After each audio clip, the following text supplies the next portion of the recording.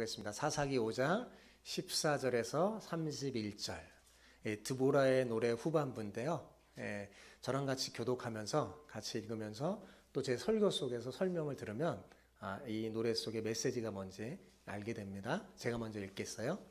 에브라임에게서 나온 자들은 아말렉의 뿌리 박힌 자들이요, 베냐민은 백성 중에서 너를 따르는 자들이요, 마길에게서는 명령하는 자들이 내려왔고 스불론에게서는 대장군의 지팡이를 잡은 자들이 내려왔도다.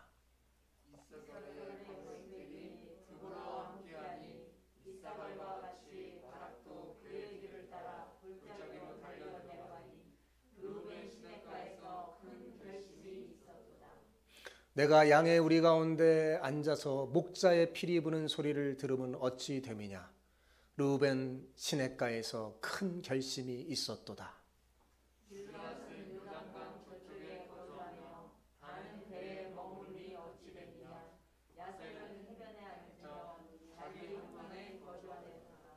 스불론은 죽음을 무릅쓰고 목숨을 아끼지 아니한 백성이요, 납달리도 들의 높은 곳에서 그러하도다.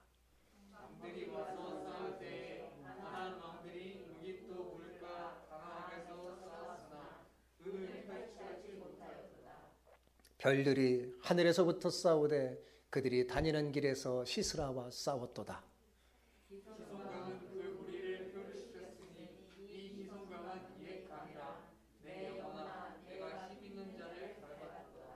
그때 군마가 빨리 달리니 말굽 소리가 땅을 울리도다. 여호와의 사자의 말씀에 메로스를 저주하라. 너희가 거듭거듭 그 주민들을 저주할 것은 그들이 와서 여호와를 돕지 아니하며 여호와를 도와 용사를 치지 아니함이라 하시도다. 겐사람 헤벨의 아내 야엘은 다른 여인들보다 복을 받을 것이니 장막에 있는 여인들보다 더욱 복을 받을 것이로다. 시스라가 물을 구하매 우유를 주되 곧 엉킨 우유를 귀한 그릇에 담아 주었고 손으로 장막 말뚝을 잡으며 오른손에 일꾼들의 방망이를 들고 시스라를 쳐서 그의 어머니를 뚫 때 곧 그의 머리를 뚫 때 곧 그의 관자놀이를 꿰뚫었도다. 그가 그의 발 앞에 구부러지며 엎드려지고 쓰러졌고 그의 발 앞에 구부러져 엎드려져 그 구부러질 곳에 엎드려져 죽었도다. 시스라의 어머니가 창문을 통하여 바라보며 창살을 통하여 부르짖기를 그의 병거가 어찌하여 더디 오는가, 그의 병거들의 걸음이 어찌하여 늦어지는가 하네. 그의 지혜로운 시녀들이 대답하였고 그도 스스로 대답하기를 그들이 어찌 노략물을 얻지 못하였으랴, 그것을 나누지 못하였으랴. 사람마다 한두 처녀를 얻었으리로다. 시스라는 채색 옷을 노략하였으리니 그것은 수놓은 채색 옷이로다. 곧 양쪽에 수놓은 채색 옷이리니 노략한 자들의 목에 꾸미리로다 하였으리라. 여호와여, 주의 원수들은 다 이와 같이 망하게 하시고 주를 사랑하는 자들은 해가 심게 도듬같이 하옵소서 하니라. 그 땅이 40년 동안 평온하였더라. 아멘. 아멘. 설 명절 잘 보내셨나요? 네, 그래요. 주님을 사랑하는 마음으로 설 명절을 보내려고 피곤했지만 이렇게 주님 앞에 나와 예배하는 여러분에게 더 큰 은혜가 있기를 축복합니다. 투키디네스라는 그리스 역사가가 쓴 펠레폰네소스 전쟁사라는 책은요, 세계의 뛰어난 역사서 중에 하나로 꼽힙니다. 이 책에는 페르시아 전쟁 이후에 지중해 세계의 강력한 두 맹주로 떠오른 아테네와 스파르타의 전쟁 이야기가 기록되어 있어요. 펠레폰네소스 전쟁이란 뭐냐? 바로 이 아테네와 스파르타 사이의 전쟁을 말하는 거예요. 겉으로 보기에는 이 그리스 도시 국가들이 아테네와 델로스 동맹을 맺었거든요. 그래서 아테네가 훨씬 더 힘이 있어 보이고 여러 도시 국가들이 아테네 편을 들어줬어요. 그러니까 아테네가 이길 거라고 생각했는데 스파르타가 워낙 강해서 아테네 사람들이 많이 죽었고 스파르타가 전쟁에서 승리했습니다. 아테네 사람들은 전쟁에서 죽은 사람들은 다 국장의 예를 갖춰서 장례식을 치러줬습니다. 이런 장례를 할 때는 가장 존경받는 사람 하나를 뽑아서 장례식 연설을 하는 것이 그리스의 전통이었어요. 한 번은 그 장례식에서 페리클레스라는 사람이 뽑혀서 장례식 연설을 하게 됐어요. 그런데 여러분, 이 사람의 이 연설이 워낙 감동을 주고 뛰어나서요. 세계 정치사에 길이 남는 명연설이 되었어요. 그래서 정치인들 연설하는 사람들을 보잖아요. 이 사람 연설을 가지고 연구를 해요. 공부하는 거예요.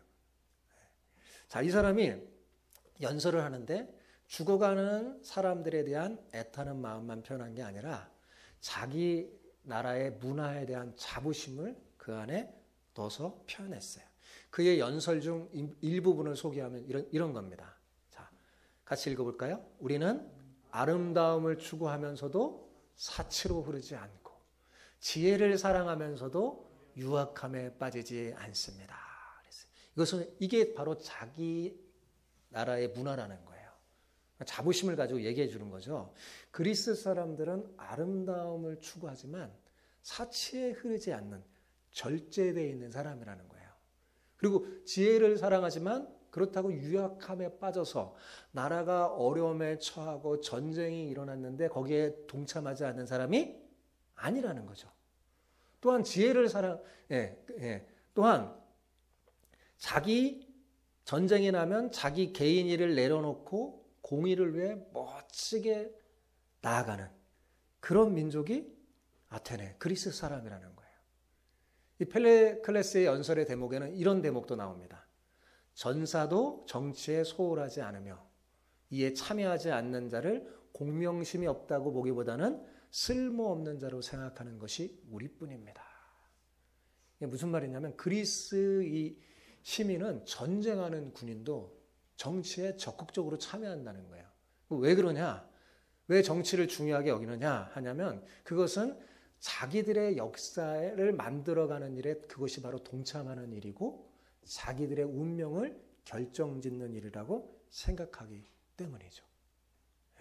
그래서 누군가 사사로이 함부로 나라를 좌지우지하지 않고 정말 공의롭게 나라가 다스려지도록 시민들이 함께 동참한다는 거예요. 그러니 사사로운 일로 전쟁이나 정치 같은 공의를 세우는 일에 참여하지 않는 자를 그 사람들은 어떤 사람으로 여긴다고요? 쓸모 없는 자라고 여긴다는 거예요. 여러분, 제가 왜 펠레클레스의 연설 이야기를 하냐면 그 연설 속에서 우리 그리스도인이 배워야 할 점이 많습니다. 우리는 이 펠레클레스의 연설에서 오늘날 우리 그리스도인이 그러면 어떻게 살아야 하는지 배워요. 여러분, 단지 이 땅에 평화를 이루기 위해서도 그리스도인들은 자신의 개인들의 일을 내려놓고 공의를 위해 싸우는 것을 자랑스럽게 생각했다면 여러분, 우리 그리스도인은 어떻게 살아야 되겠습니까?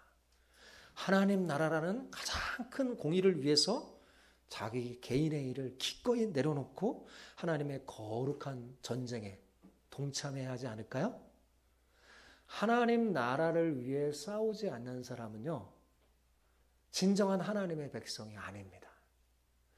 자신이 하나님의 시민임을 알아서 하나님의 전쟁 때 하나님은요, 우리를 부르세요. 참여하라고 부르십니다. 그때 동참하는 사람이 진정 하나님의 백성이며 복 있는 사람이에요. 드보라의 노래가 이것을 가르쳐 줍니다. 오늘은 옆 사람에게 이렇게 축복하며 인사합시다. 부르심에 응답하여 거룩한 전쟁에 동참하는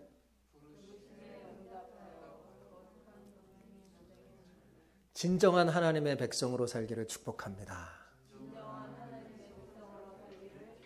어떻게 해요? 부르심에 응답하여 거룩한 전쟁에 동참하는 진정한 하나님의 백성으로 살기를 축복합니다. 이렇게 하는 거예요. 시작. 부르심에 응답하여 거룩한 전쟁에 동참하는 진정한 하나님의 백성으로 살기를 축복합니다. 아멘. 네. 가나안 땅에서의 전쟁은 일반적인 전쟁이 아니라 하나님의 거룩한 전쟁이에요.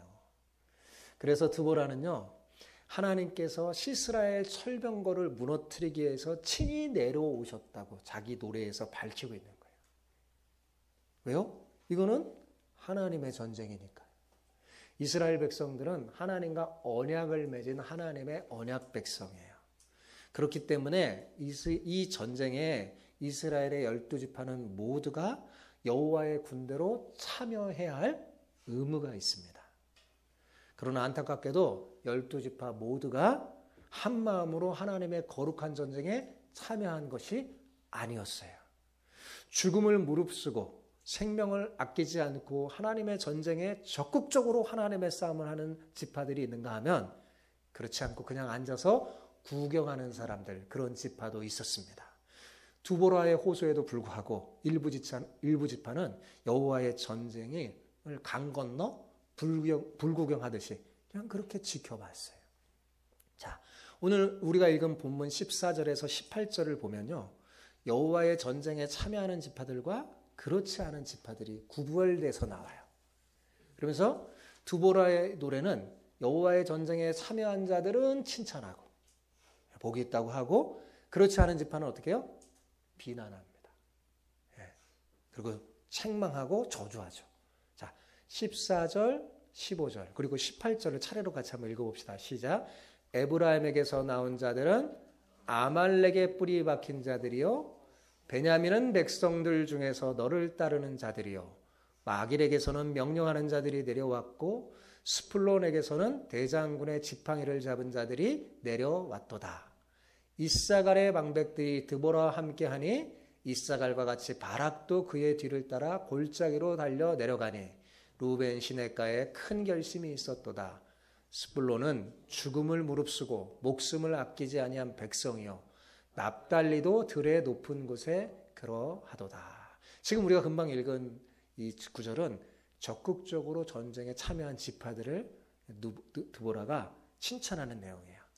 자, 14절에 보면 첫 번째로 여호와의 전쟁에 동참한 지파가 누구예요? 에브라임 지파였어요. 그런데 이상하게도 에브라임 지파에 동참한, 이 전쟁에 동참한 자들을 뭐라고 표현했어요? 아말렉의 뿌리 박힌 자들이라고 했어요. 그죠? 이게 도대체 무슨 말일까? 여러분, 이것은 에브라임 지파 가운데는 그 뿌리가 아말렉에 속한 사람들이 있었는데 그들이 여호와의 전쟁에 적극적으로 동참했다는 겁니다. 여러분, 우리는 성경을 읽을 때 군데군데 이런 말씀을 보면서 하나님이 깨닫게 해주는 거예요. 이스라엘은 혈혈 공동체가 아니라 믿음의 공동체라는 거예요. 하나님의 나라 백성은요, 혈혈 공동체가 아니에요. 믿음의 공동체예요. 사람의 뜻으로 나지 않고 사람에게서 이렇게 대대로 나아가고 그런 게 아니에요. 믿음을 가진 사람, 믿음의 공동체임을 곳곳에서 성경에 보여줘요. 출애굽할 때 애굽에서 이스라엘 백성이 출애굽할 때 애굽에서 나올 때 성경에 보면 수많은 잡족도 함께 나왔다는 거 기록돼 있죠. 그들이 누구냐? 그들은 출애굽 때에 공감한 사람들로 여호와 하나님을 경외하기 위해서 출애굽 집단에 섞여서 온 사람들이에요.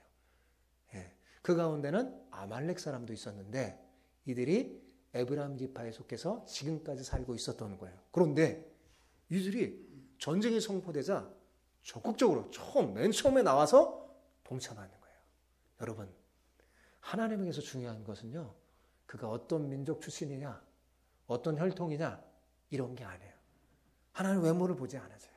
하나님에게서 중요한 거는 뭐냐? 그가 하나님의 공의로우심에 공감하고 따르느냐, 아니냐.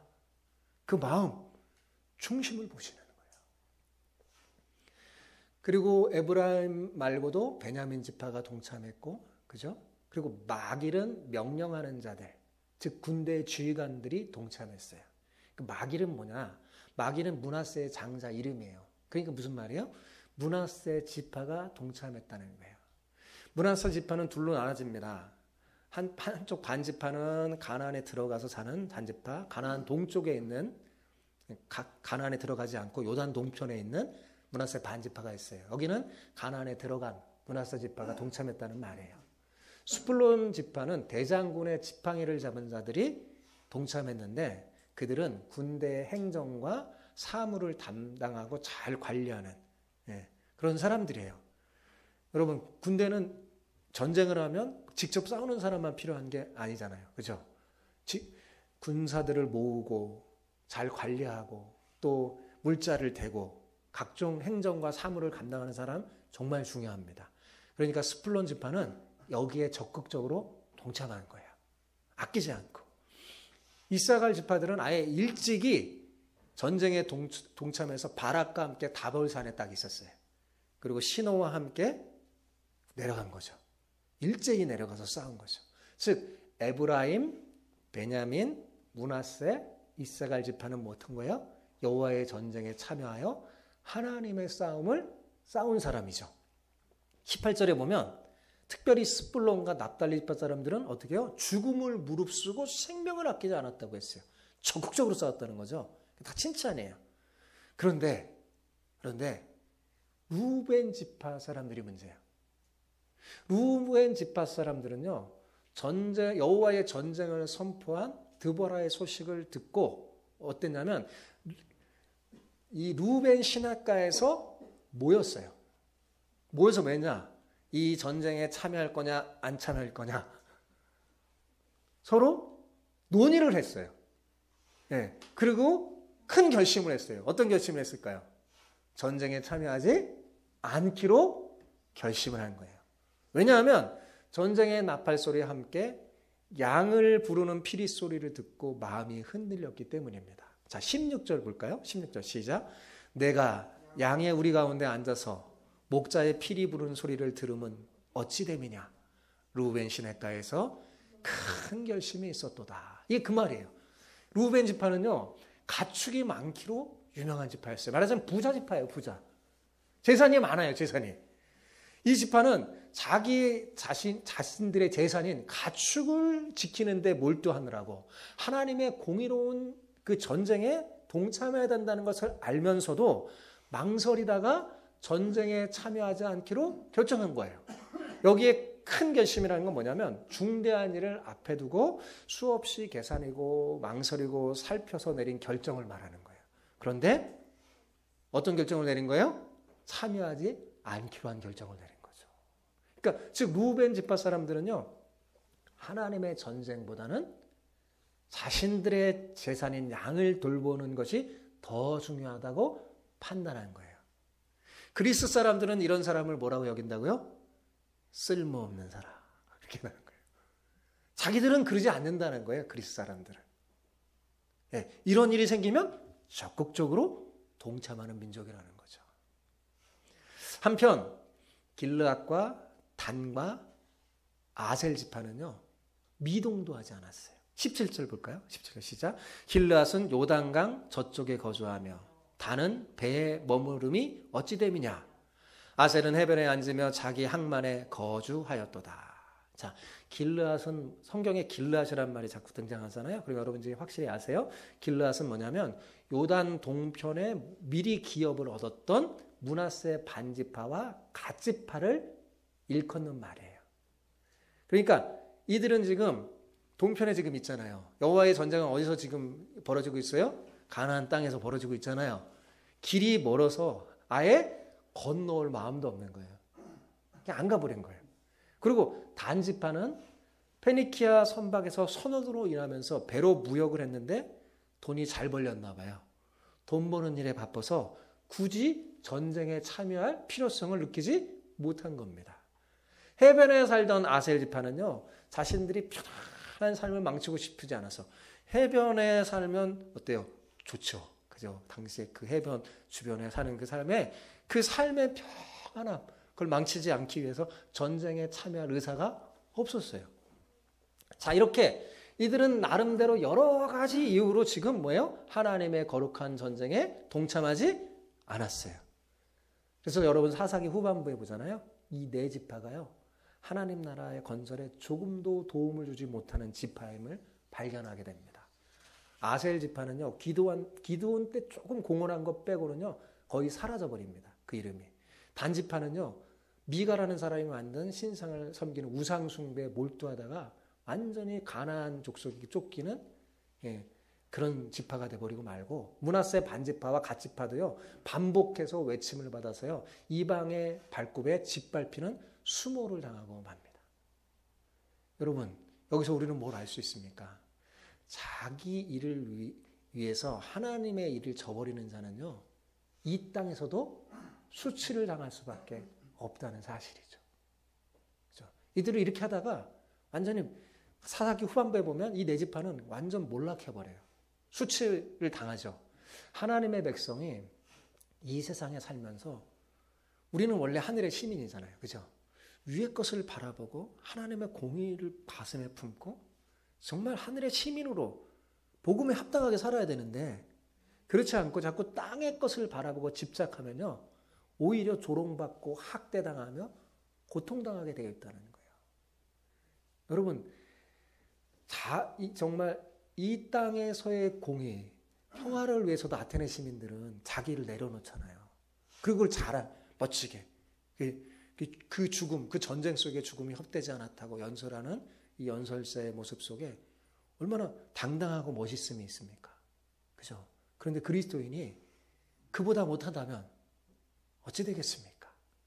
여러분, 저는 이 이야기를 설교를 준비하면서 뭐가 생각나냐면 복음서에 예수님의 설교 중에서 많은 사람들이 하나님의 나라의 그 잔치에 초청을 했는데 오지 않는 사람들이 생각났어요. 예수님이 비유로 말했어요.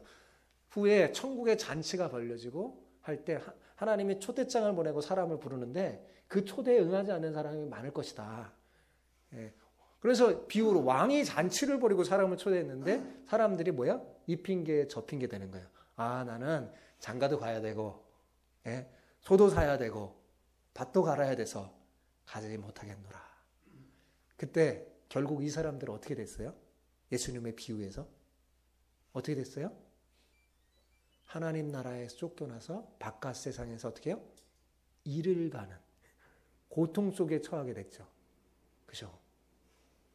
복음의 초청이 있었을 때 개인적인 삶에 좀 손해가 나더라도 기꺼이 응하는 사람이 하나님 나라의 주인공이며 복된 자임을 잊어버리지 마시기 바랍니다.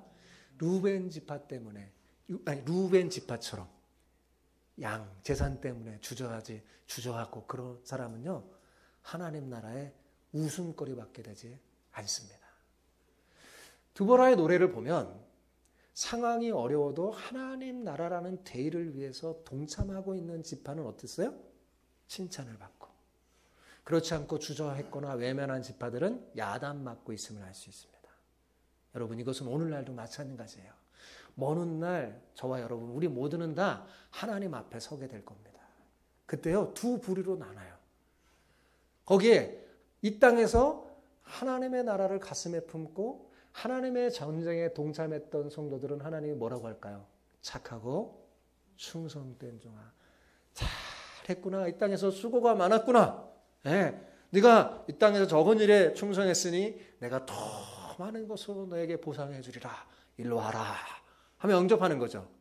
그런데 하나님의 전쟁을 외면한 그리스도인에게는 어떻게 해요? 이 악하고 게으른 종아 하고 야단 맞는 거예요. 바깥 세상에서 이를 갈매 있으리라. 그랬어요. 사랑하는 여러분, 우리 모두는 언젠가 하나님 앞에 섭니다. 저는 우리 주마함교회 모든 성도들이 다 하나님 앞에 착하고 충성된 종아라는 칭찬을 듣기를 소망합니다. 우리 모두 다 그렇게 칭찬받읍시다. 19절과 22절은 이스라엘이 어떻게 승리했는지 묘사하고 있어요. 자, 이스라엘이 전쟁에 승리한 결정적인 이유가 뭐였어요? 하나님께서 비를 내려주셔서 그 기송강이 범람했죠. 원래 그럴 때가 아닌데 하나님께서는요 천둥과 번개를 동반한 비를 탁 이스라엘 군대 위에 쏟아부었어요. 그러자 기송강은 원래 그 시기에는 딱딱해서 전혀 메마른 땅과 같았는데 갑자기 물이 흘러넘치고 급류로 변하자 철병거 구박대로 무장한 시스라의 군대는요 급류에 휩쓸려서 손 한 번 제대로 쓰지 못하고 패하고 말았던 거죠. 자, 그런데 여러분 생각해 보세요. 사실 이것은 너무나 이상한 일이에요. 왜 이상한 일입니까? 여러분 가나안 사람들이 믿는 신이 누굽니까? 네, 바알. 대표적인 신 바알이죠. 바알은 어떤 신이라고 가나안 사람들이 믿냐면 천둥과 번개와 비의 신이에요. 비를 내리는 신이 바알이라고 그들은 믿고 있습니다. 그래서 농사를 짓는 이들에게 바알 신이 중요했어요. 바알 신이 비를 내려준다고 생각했어요. 자, 그런데 어찌 지금 이들은 뭐에게 당하는 거예요? 자신들이 믿는 신의 무기에 지금 당하고 말았어요. 자, 그들이 섬기는 바알은 도대체 지금 어디에 있는 겁니까? 그죠? 지금 드보라의 노래에서 바알을 조롱하고 있죠. 그래서 말하는 거예요. 가나안 사람들아 너희가 섬기는 신 바알은 도대체 어디 있냐? 가나안의 신은 헛된 우상이요. 진짜 신이 있는데 그분은 오직 여호와 하나님 한 분뿐임을 말하고 있는 거죠. 천둥과 번개와 비를 다스리는 신이 바알이 아니라 누구라는 거예요? 여호와 하나님이셨다는 것을 보여주고 있는 거잖아요. 지금까지 사람들은 논밭에 비를 내려주는 신은 바알인 줄 알았어요. 심지어 이스라엘 사람들도 그렇게 믿었어요. 그래서 자꾸 바알에게 가서 우상 숭배하는 사람도 많이 생겼어요. 왜? 농사를 잘 지어야지 잘 먹고 잘 살잖아요. 그죠? 근데 정작 비를 내려주셨던 신은 누구였어요? 바알이 아니라 여호와 하나님이셨죠. 여러분, 사실 지금도 세상 모든 사람들은요, 하나님의 은혜로 사는 거죠. 하나님의 그 은혜를 거두면 이 세상 사람들 전부 다 잘 살 수 없겠죠. 사실 하나님의 은혜로 우리 모두는 정말 잘 살고 있는 겁니다. 바알이 비를 내려주는 게 아니에요. 누가요? 하나님이. 23절을 보세요. 자, 같이 읽어봅시다. 시작. 여호와의 사자의 말씀에 메로스를 저주하라. 너희가 거듭거듭 그 주민들을 저주할 것은 그들이 와서 여호와를 돕지 아니하며 여호와를 도와 용사를 치지 아니함이니라 하시도다. 자, 메로스가 정확하게 어디를 가르치는 건 알지 못하지만 우리가 아는 게 있어요. 그들은 이스라엘 사람들이에요. 자, 그런데 이들이 저주하라 그랬어요. 이들이 저주받은 이유가 뭐예요? 이스라엘 백성인데도 불구하고 뭐 한 거예요? 여호와의 전쟁에 참여하지 않았기 때문이라고 지금 말하고 있잖아요. 그죠? 여호와의 전쟁에 동참하지 않은 것은요, 그저 비겁한 이스라엘 정도가 아니라는 거예요. 그들은요, 하나님은 적으로 간주합니다. 네. 예수님께서도 이런 말씀했어요. 나와 함께 하지 않는 자는 나를 반대하는 자요. 나와 함께 모으지 않은 자는 애치는 자니라고 말했습니다. 하나님의 백성인데도 불구하고 하나님의 부르심에 응하지 않아 하나님 나라라는 공의를 위해 기꺼이 싸우지 않는 사람은 하나님의 백성이 아니고 오히려 적의 편에 서는 거라는 거죠. 반면에 드보라는 복받을 야엘을 등장시켜서 저주받을 메로스와 대조시키고 있어요. 그죠? 24절을 읽어볼까요? 시작. 겐사람 헤벨의 아내 야엘은 다른 여인들보다 복을 받을 것이니 장막에 있는 여인들보다 더욱 복을 받을 것이로다. 자, 드보라는 야엘을 가리켜서 뭐라고 그랬어요? 다른 여인보다 복을 받을 것이다. 장막에 앉아서 그냥 편안하게 사는 여인보다 훨씬 더 많은 복을 받을 것이다. 이렇게 말하죠. 자, 그런데 여러분, 이 여인은 이스라엘 사람이 아니에요? 이스라엘 사람이 아니에요. 겐 사람, 이방인입니다. 그런데 드보라는 야엘이야말로 참 이스라엘 백성이라고 말하고 있어요. 왜요? 그녀는 이스라엘 대신해서 하나님의 싸움을 하고 있기 때문입니다. 누가 여호와의 백성이냐? 하나님의 싸움을 싸우는 자라는 거예요. 하나님의 싸움을 하는 자가 하나님의 백성입니다. 이것이 본문 드보라의 노래가 강조하는 아주 중요한 메시지 중에 하나입니다. 이스라엘 백성이란 이름은 가졌지만 정작 장막에 앉아서 하나님의 싸움을 동참하지 않는 그런 여인보다 이스라엘 백성은 아니지만 적극적으로 하나님의 싸움에 참여한 야엘이 진짜 복 있는 사람이라는 거죠. 하나님에게서 중요한 것은 다시 말하지만 여러분, 출신이나 혈통이 아닙니다. 그가 하나님 나라를 위해서 싸우는가 아닌가, 그게 중요합니다. 이것은 오늘날 우리도 똑같아요. 여러분, 그리스도인이라는 이름이 진짜 하나님의 백성을 나타내는 것이 아닙니다. 자, 이스라엘 백성이라는 이름을 가진 것으로 안심한 그 사람들이 영광을 받았어요? 못 받았어요? 못 받았죠. 왜냐하면 그들은 하나님의 싸움을 싸우지 않았기 때문입니다. 그러나 비록 이스라엘 백성이라는 이름은 가지지 못했어도 하나님의 공의를 위해서 몸을 일으키고 하나님 나라를 위해 싸웠던 사람들은 어떻게 했어요? 어떻게 됐어요? 영광을 받았잖아요. 그죠? 메로스 주민은 이스라엘 백성인데도 왜 저주를 받았다고 드보라의 노래에서 밝히죠? 하나님의 백성인데 싸우지 않아요. 그렇게 싸우지 않으므로 자신들이 진짜 하나님의 백성이 아니라고 부인하는 꼴이 된 거예요. 그죠? 여러분, 그러나 야엘은 비록 이방인이지만 하나님 나라를 위해 싸움으로 자신이 하나님의 백성임을 증명했어요. 이 여인은 자기 남편이 하나님을 배반하고 시스라와 언약을 맺었지만 이 여인은 하나님과 언약이 더 중요해서 하나님을 위해서 싸워 자신이 하나님의 백성임을 증명한 거죠. 여러분, 진짜 그리스도인은요, 이름이 증명하는 게 아니에요. 뭐가 증명하는 걸까요? 삶이 증거하는 겁니다. 내 삶이 하나님 나라를 향하여 나아가고 있을 때 우리는 하나님의 영광에 동참하는 복을 얻을 줄 믿습니다. 여러분이 그런 사람 되길 바랍니다. 27절을 보십시오.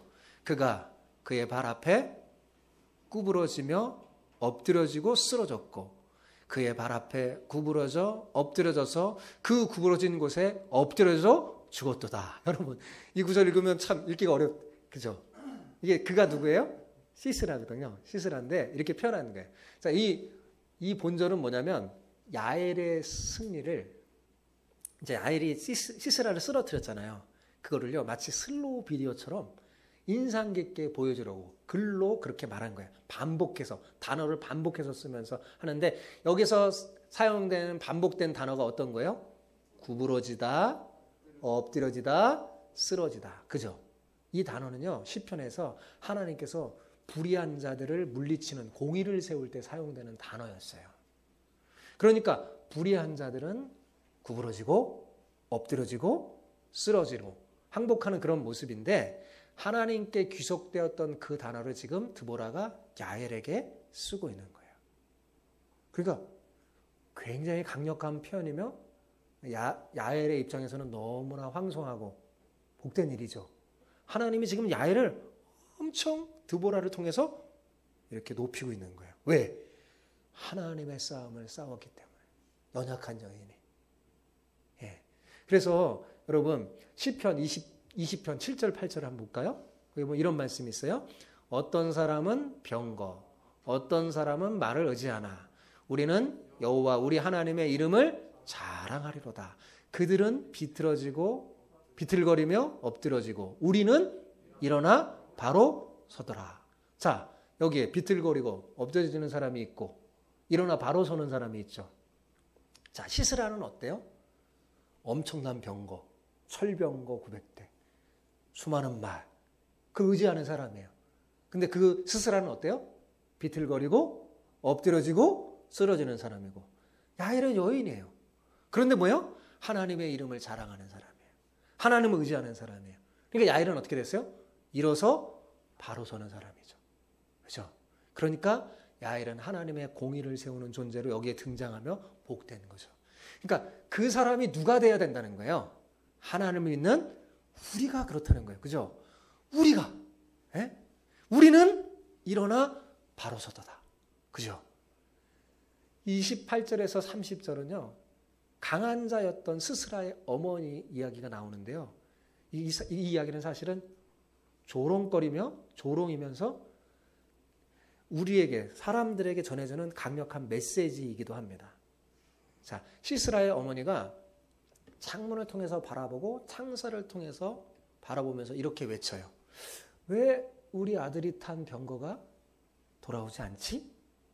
철병거 900대를 끌고 전쟁에 나갔는데 왜 이렇게 더디 오는 거야? 무슨 일이라도 있나? 네, 라고 외치는 거예요. 여러분, 전쟁터에 아들을 보낸 어머니의 마음이 여기서 읽혀져요. 그죠? 그런데 어떤 어머니라도 전쟁터에 아들이 보냈는데 올 때가 됐는데 안 오면 이런 마음이 있을 거예요. 그죠? 그러자 지혜로운 시녀들이 시스라의 어머니를 위로하기 위해서 대답했는데 이 이야기를 듣고 이 시스라 어머니가요 교만해져서 스스로 대답하여 이렇게 말합니다. 뭐라고 말합니까? 30절. 이렇게 말하는 거예요. 30절 같이 읽어봅시다. 그들이 어찌 노략물을 얻지 못하였으랴. 그것을 나누지 못하였으랴. 사람마다 한두 처녀를 얻었으리로다. 씻으라는 채색 옷을 노력하였으니 그것은 수놓은 채색 옷이로다. 곧 양쪽에 수놓은 채색 옷이리니 노력한 자의 목에 꾸물이로다 하였으리라. 이게 무슨 말이냐 하면 시스라의 어머니가 우리 아들이 넣는 것은 아마도 노략물이 하도 많아갖고 그것을 나눠주고 분배하느라고, 또 양쪽에 수놓은 채색 옷, 좋은 옷들이 많이 노력했는데 그것을 가져오느라고 너무 많아서, 또 어떤 여인들을 포로로 잡아서 종으로 혹은 첩으로 삼기 위해서 데려오느라고 늦나 보다 이렇게 생각했다는 거예요, 여러분. 그러니까 이 시스라의 어머니는 자기 아들이 누군가와 전쟁을 해서 얻은 노략물을 빼오는 것이 영광스러운 거죠. 그죠? 또 처녀들을 약탈해서 자기 욕구를 채우는 그 아들을 보면서 그래, 대장부가 뭐 그 정도는 누릴 수 있을 거지라고 생각했다는 겁니다, 여러분. 이 얼마나 참 안타까운 일이에요. 시스라의 어머니의 문제는요, 자기 아들이 벌이는 전쟁 때문에 고통당하는 사람들, 즉 철병거 아래 수많은 사람이 짓밟혀서 고통 속에 있는 것을 외면했다는 것이 문제입니다. 여러분, 우리는 이 본문에서 타자의 고통에 대해서는 전혀 공감하지 않고 아들이 누리는 승리만 기뻐하면서 아들이 가져오는 그 전리품 때문에 자기가 부해지고 자기가 즐길 것이라는 것 때문에 기뻐하는 삐뚤어진 잘못된 어머니의 모습을 볼 수 있죠. 사실 얼마나 참담한 이야기입니까? 하나님의 눈으로 볼 때 이것은 너무나 악한 거예요. 시스라의 어머니의 태도가 너무나 악하고 합당치 못한 거죠. 자기 자식이 하는 일, 그 일 때문에 수많은 사람들이 속절없이 죽임당하고 찢기고 가정이 파괴되고 딸들을 빼앗기고, 여러분 이렇게 고통 속에 있는데 내 자식이 잘 되고 성공하고 귀한 것 가져오는 것 때문에 기뻐했던 이 시스라의 어머니가 지금 뭐예요? 조롱당하고 있는 거예요.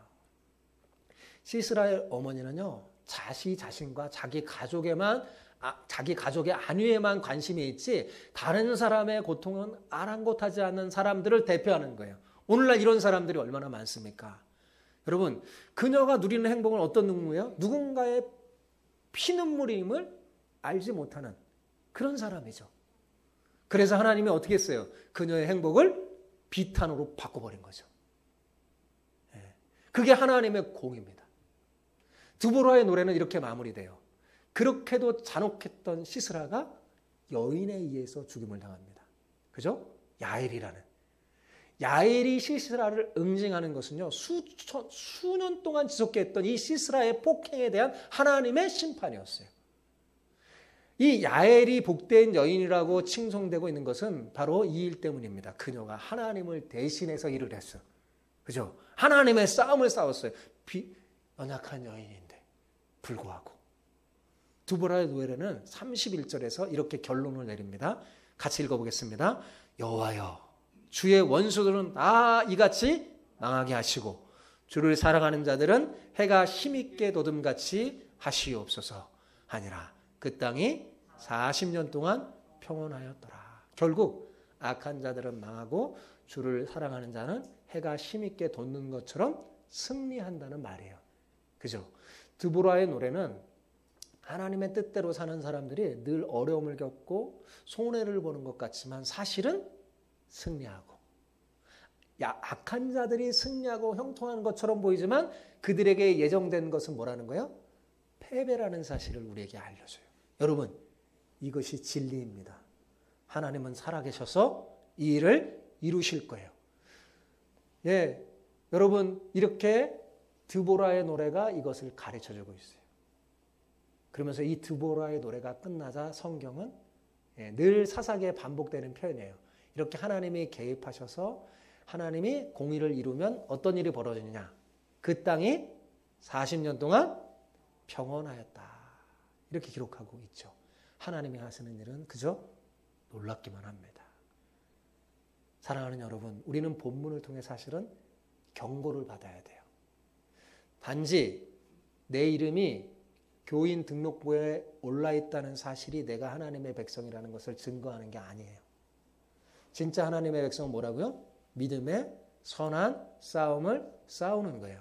하나님의 백성이라고 하면서 하나님 믿음의 선한 싸움을 포기한 채 오로지 내 개인의 일에만 관심을 두고 적당하게 편안하게 살아가라는 사람은 이 펠레클레스의 연설에서 나오는 어떤 사람이요? 쓸모없는 자가 아닐까요? 그죠? 하나님 나라에 쓸모없는 자로 서는 것, 이것처럼 부끄러운 일이 어디 있습니까? 하나님 나라에서 쓸모없는 자가 아니라 귀하게 쓰임받는 여러분 되길 바랍니다. 사랑하는 성도 여러분, 하나님이 우리를 부르십니다. 하나님 나라를 위해서 싸우자고 우리를 부르세요. 때로는 길거리에서, 길목거리에서, 여러분이 앉아있는 집에서도 하나님이 부르실 때 기꺼이 응답하여 믿음의 영적 전쟁에 동참하는 여러분 되시기 바랍니다. 이 땅에 하나님 나라를 세우는 그 꿈을 이루기 위해서 하나님의 공의를 드러내는 싸움을 우리는 싸워야 돼요.